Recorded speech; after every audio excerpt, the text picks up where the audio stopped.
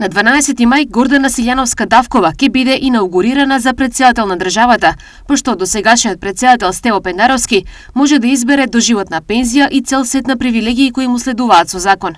Меѓу другото, тој има право на пензија чиј износ е еднаков со износот на платата што ја прима претседателот на државата. Има право на канцелариски простори најмногу 3 соработници. Има и право на лично обезбедување, како и право на користење службено возило и возач.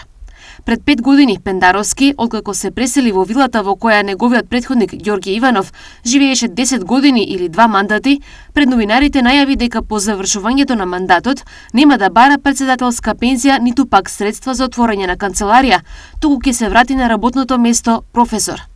Неговиот претходник Иванов ја искористи законската можност за претседателска пензија и доживотно на трошок на државата му следуваат канцеларии во висококатниците во Джевахир, буџет од 150.000 евра, пензија од 1.500 евра, обезбедување и возач.